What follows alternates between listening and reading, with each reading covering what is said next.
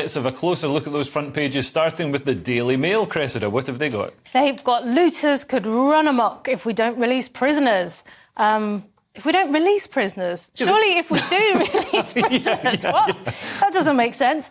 Urgent action needs to be taken. So we all know the prisons are full, and so there's a sort of special deal on prison sentences now. You can do as much crime as you like, and you get 60% off or something mad like that. It's a better rate than income tax. It's really now's the time to get into crime.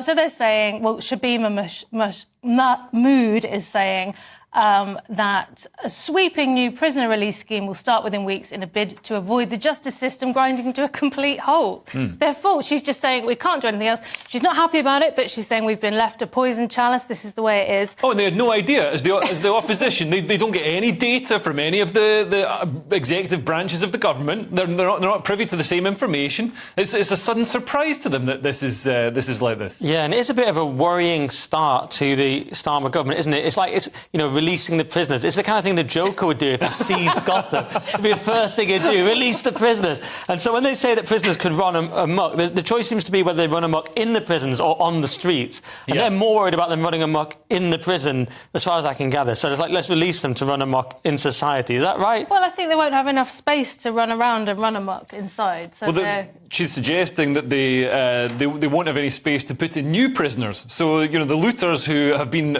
arrested, well, the police won't bother arresting them because they can't put them inside. But I mean, I'd suggest, Cressida, the police could just look at another option, which is stop arresting people for pointless non-crimes, such as retweeting a limerick that somebody deems to be transphobic. Do they tend to get custodial sentences, or do they just lose their income and all their job prospects forever? Don't get in the way of my culture wars baiting. Yeah. Okay. They tend to get someone come to the house to check their thinking. Yes. And then the second time they go straight to jail. I think that's it. Straight to gulag. Straight to re-education camp. Yeah. Yeah. I mean, people do get arrested for things like non-payment of TV licence, Nick.